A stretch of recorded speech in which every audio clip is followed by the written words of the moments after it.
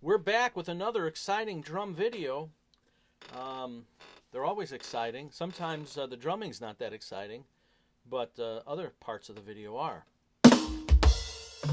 Okay, I am officially gone into hockey mode. You see I have my Yamaha Drums hockey jersey because sadly my beloved Chicago Cubs can't seem to get a hit when needed, and they still find the need to put Jason Hayward up the bat with the bases loaded. I'm not still bitter. I just can't seem to sleep. But anyway, I'm officially in Blackhawks mode. First game yesterday. Here's the Blackhawks jersey. And let's not forget my beloved Chicago Bears, 3-1 on a roll for all you sports fans out there. And for all you people who aren't sports fans, I'm finished right now. After a moment of silence, please, for the beloved Cubs. That's long enough. Okay, so getting back to drumming, that's actually what this video is about. It's not about sports. I could talk sports, but I think I'd have less visitors. Although sometimes when I look at the amount of people that actually watch my videos, I don't think I could have less. They don't go into the negative numbers. Okay, so we are going to talk about, I have a couple of things. Also, this is an interesting thing. I am going to be trying out these earplugs for those of you who want to protect your hearing, which is something I didn't do when I was younger, and I've been told that it's definitely affected me. So I am trying out these high fidelity, they're called Vibes. They're supposed to be really good. And they are these earplugs. Some of these are sort of exclusively for drummers, or supposedly anyway. So these Vibes earplugs supposed to be very good. And then there's also I didn't make the name of these, but I'm just trying them out. So just so you know, the Eargasm earplugs as well. I don't know which ones are better, but I will be checking them both out, the Eargasm plugs and the Vibes plugs, and I will let you know which one I think are better. I have no idea, although the Eargasm one comes in a nice box, and you know, I like a nice box. It's got the nice magnetic thing here. It's nice, kind of a bigger box. So that it's got that going for it. A nice blue box also, Tiffany blue, you might say. Although I don't think there's jewelry in here, but that's okay. Anyway, there you go. So I'll let you know about the my findings on the earphones, or the earplugs, I should say. Okay, we are going to be talking about. Okay, now we're in pure drum mode, just so you know. We are going to be talking about ostinato patterns. Some of you may have never heard of ostinato patterns. Some of you may have heard of ostinato patterns. Ostinato patterns are, let's take a look. Wait, I have it right here. Let's see. What does Webster say about ostinato patterns? Webster says, a continually repeated musical phrase or rhythm. Okay, so that's an ostinato pattern. That's it. Okay, have a good week, and we'll see you next time. No, there's a little more to it than that, but that's the definition. Okay, the definition of ostinato, there you have it. So, really then, if that's the case, an ostinato pattern could be your eighth note hi-hat when you play a rhythm. Right, that's your ostinato pattern. That's your continuous, right, continually repeated musical phrase or rhythm. That's your continually repeated rhythm. Okay, could also be your bass drum. You could play quarter notes. You could take that same rhythm.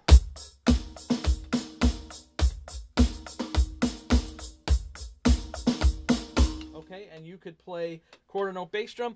That's an ostinato pattern. I'm not saying it's the most interesting, but it is an ostinato pattern. So we're going to talk about those. We're going to get into a little bit. We're going to end with a pretty complicated sort of polyrhythmic ostinato pattern that I've been working on for a little bit, and it's an interesting pattern. Probably will never use it in my life, but it's one of those things where, hey, this sounds good, let me work on it, and then never use it again. It's a little bit like the mole scenario. If any of you have ever heard me explain the mole scenario, it's an interesting thing, and I totally believe it. It's the mole philosophy, I like to call it. And if you haven't heard the mole philosophy, just ask me, and I'm happy to tell you about the mole philosophy. It pertains to drumming very specifically. Okay, for a brief time out, let's talk real fast. Something has been brought up also about posture and breathing. This is apparently an important thing sweeping the drumming community. Somehow in, I don't know, 35, 40 years of drumming, I managed to miss out on the breathing and posture conversation. But I'm going to bring it up now because, posture is important for several reasons. It looks better, if you're sitting up straight. If you're hunched over, it kind of, you get that Quasimodo effect, and that's not a good look for anybody. We don't want that look, so it's best to sit up straight. I suppose it helps your back, too, in future years down the line. I have this little seat here, as you can see, and that helps me out, I think. So posture, important. And, of course, breathing is important.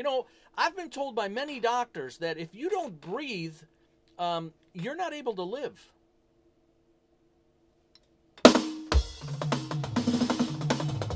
So breathing is important. No, actually we're getting to drum stuff, but breathing. Me and Thomas Lang, we're on the same page when it comes to breathing. Breathing important. It helps your drumming and it helps you sustain life, which I think is probably more important. And without the life-sustaining breathing, your back really doesn't matter if you think about it. Now, that's deep, I know, but try to consider it. Okay, we're going to actually go into this ostinato thing. That's it. That's okay. We're done with the earplugs. I've got the jersey out of the way. We've got Cubs talked about. We've got everything. Okay, now we're straight into the purpose of this video. And I think there's probably about one person left. Everybody else, or one person still here. Everyone else who started to watch this is now, gone and they're watching television and they've had enough of me. But that's okay. For that one person who's still watching, I'm here for you, and that's the main thing. So, you've hung in there, and we're going to talk about ostinato patterns. Ostinato patterns. Now, a simple one would be a samba, you might think of. Or I shouldn't say simple, but a traditional, kind of one that a lot of people think of as a samba pattern. So it's a little more rhythmical, right? But it's a continual bass drum pattern, and then you could play things over top it. So 1, 2, 1. Usually it's in cut times, a 1E and a 2E and a 1E and a 2. But I'm gonna count it out in 4, so everybody can kind of understand it better. By the way, look at these drumsticks. Boy, I mean, these things are just shredded. Now, I've been playing some heavy-duty Tesseract or Plini, let me just say, because these things just have been, they're ready to fall apart. Look at that backbeat. That's impressive. But, when you're messing around with a Troy Wright, this is what happens. You know what I'm saying? Your drumsticks get shattered. I can't even talk. I got to clear my throat. Okay, but now that I look at that, it's pretty impressive, I think. Okay, so anyway, I gotta stop listening to Tesseract and Plini and go back to Chick Corea. Ostinato samba, 1E and a 2E and a 3E and a 4E and a 1E and a 2E and a 3E and a 4 and a 1, a 2, a 3 and a 4. So if we keep this going, there's your ostinato pattern, and now we got to put something on top of it. Well, if you're looking at the Ted Reed book, you could play through 1 through 8 exercises, and that's a real good thing to do while you're playing your samba. You can play through that Ted Reed exercise 1 through 8 on top of this, both hand to hand and also in a ride pattern where you're playing all those figures with your left hand. And don't think it's easy to talk while doing the samba either, because that's also only done by skilled professionals. So beware at home. But it's a good thing to try. Okay, so this samba pattern, we can go into, put our 8th note ride on top, and then we could put a pattern in.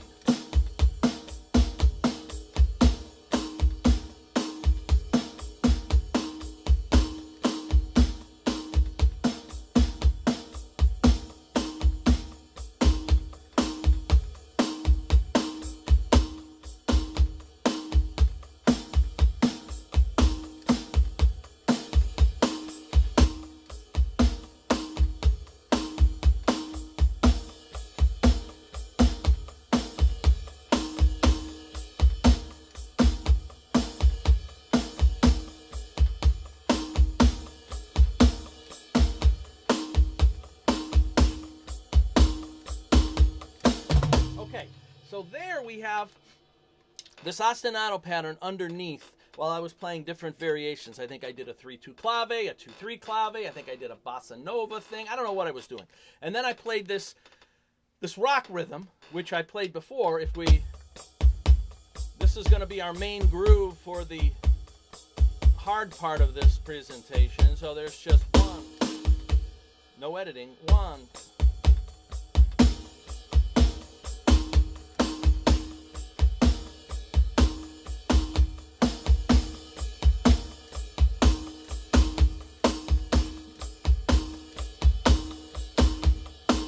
Okay, I'm going to put this sheet up.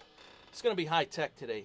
I'm going to put the sheet up of the notation because I've heard from students, many of them, hundreds of them, thousands of them, that they don't put enough of the rhythmic information on the screen like so many others do. And for some reason I don't, but I will today. I'm gonna take a picture of this particular pattern, and then I'm gonna place it inside the rhythm. Highly technical Spielberg stuff. I'm gonna put it right inside there so everyone can see what it is I'm talking about, and then they could be as confused as I was when I first looked at it. The main groove is on the bottom, so 1 E and a 2 E and a 3 E and a 4. 1 E and a 2 E and a 3 E and a 4 E and a 1 E and a 2 E and a 3 E and a 4.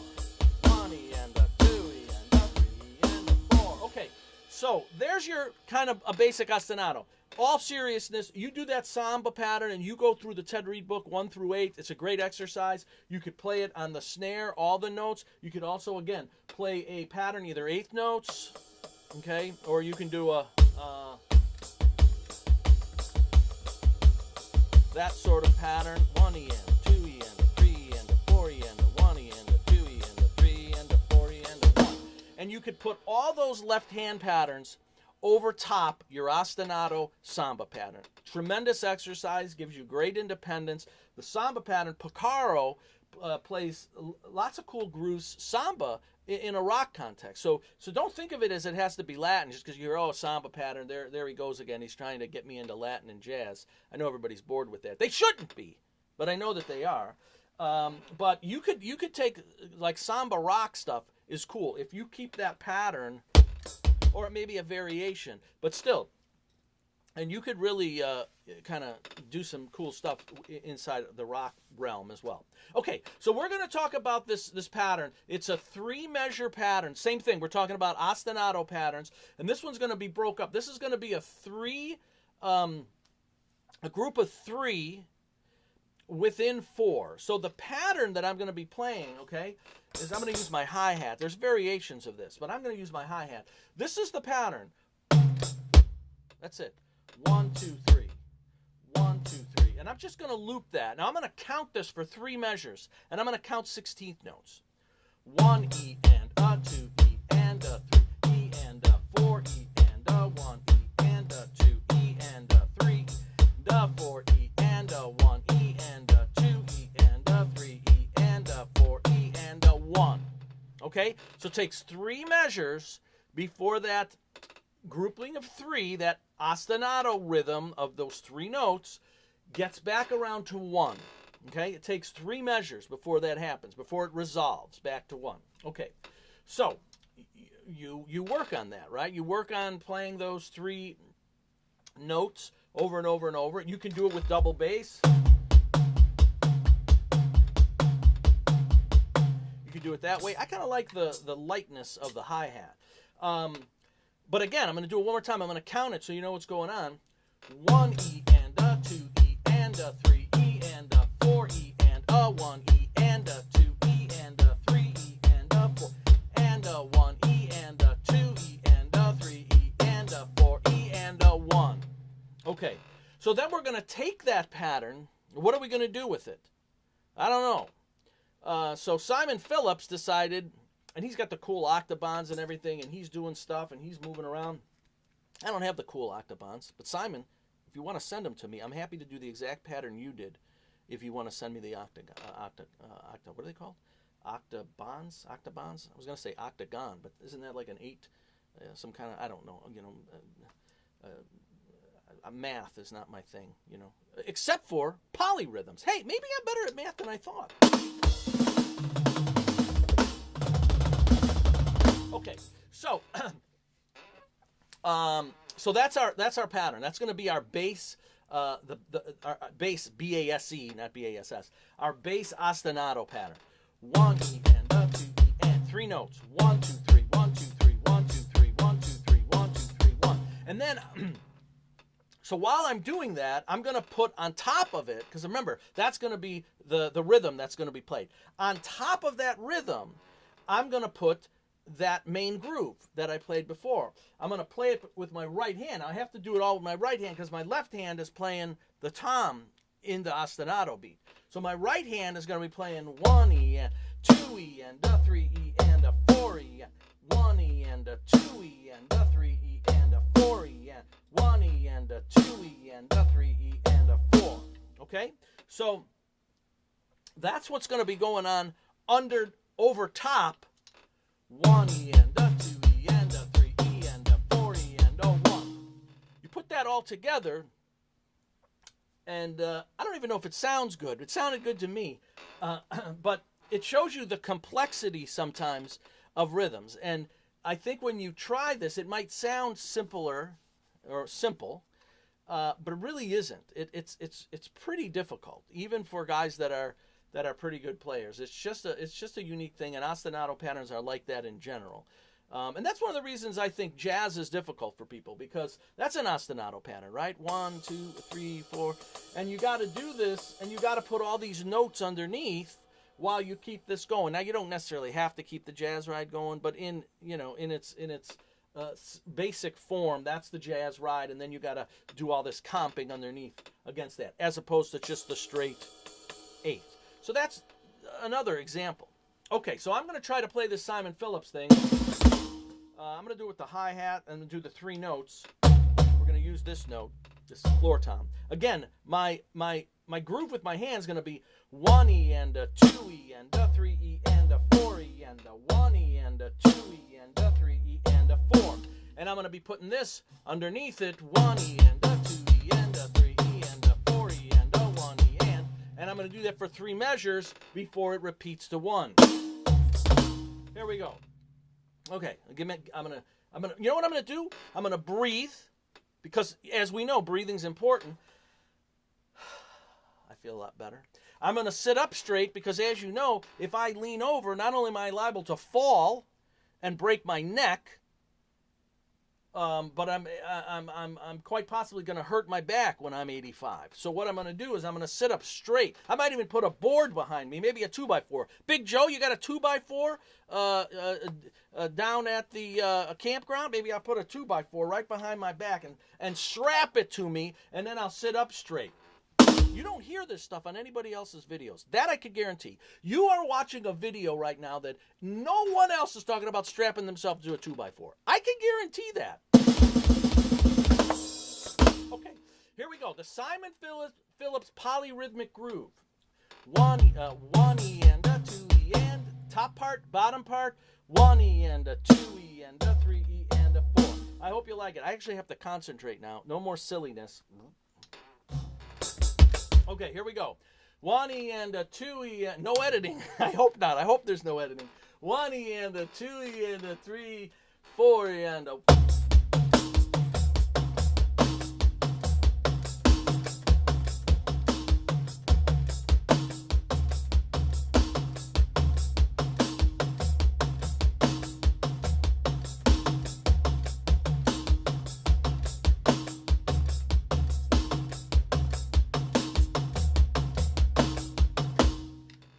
That's the pattern. So here it is. 1 E and a 2 E and a 3 E and a 4 E and a...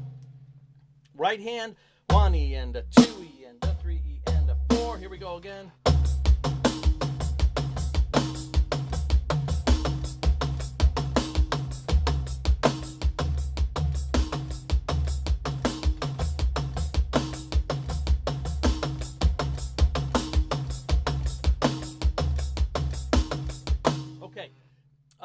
And then I did it another way. I did it the same thing. I put my left hand down on the snare, and I'm moving my right hand along the toms to give kind of a melodic tom feel to it, and I kept everything here, 1 E and a 2 E and a 3 E and a 4 E and a. So there's different ways you can do it. So I'm going to play that one for you, if I can remember. Let me breathe. Boy, it just feels good to breathe. It just does. Breathing, so important for life, and really for all life. All right, here we go. I'm going to do this. Okay, I think I got it. 1 E, 2 E, and a 3 E, and a 4 E, and a.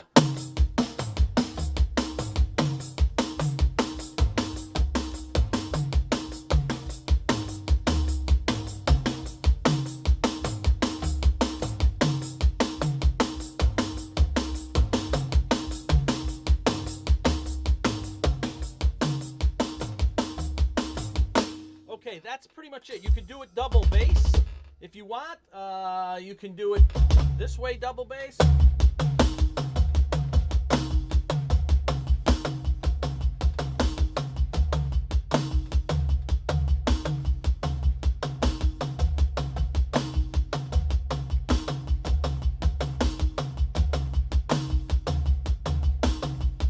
Okay, you could do it that way. You could do this way, double bass.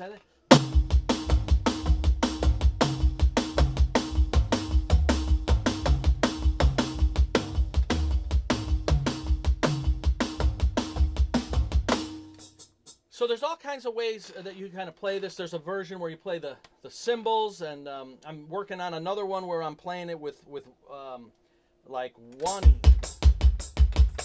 like that, with sort of 1 foot and having the hi-hat, and then, or no, I was doing this. I was doing, and then I'm putting the hi-hat on the quarter notes. Woo! That one's a fun one. Not really. But, and again, I ask myself, why am I doing this? I don't know why. But if you like those rhythms, if you like those patterns, it's an interesting thing. Why do you do it? Because it's an interesting thing within drumming. I guess that's one of the things. So there's no shortage of ostinato patterns. There's tons of guys that play it a lot better than I do. But that's a version of it. And again, there's probably, I don't know if you can, the Simon Phillips thing is probably somewhere online. Again, he does it with the Oxbot. He plays it faster than I do. I could play it a little faster, but I don't like editing. And there's a chance I make a mistake. And if I make a mistake, it spoils my reputation as a videographer. So, that's it. Ostinatos, earplugs, Cubs, Yamaha hockey jerseys, posture, breathing, Plini, Tesseract, bears. I mean, where do you get this information on YouTube? Nowhere. But right here, DW Drum Methods.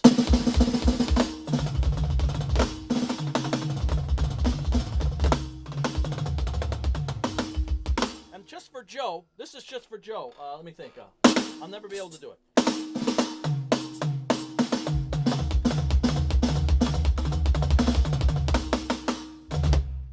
Just for Joe. Okay, everybody else, practice, practice, practice. Talk to me at my lesson. At the end of this, I'm going to put that copy of the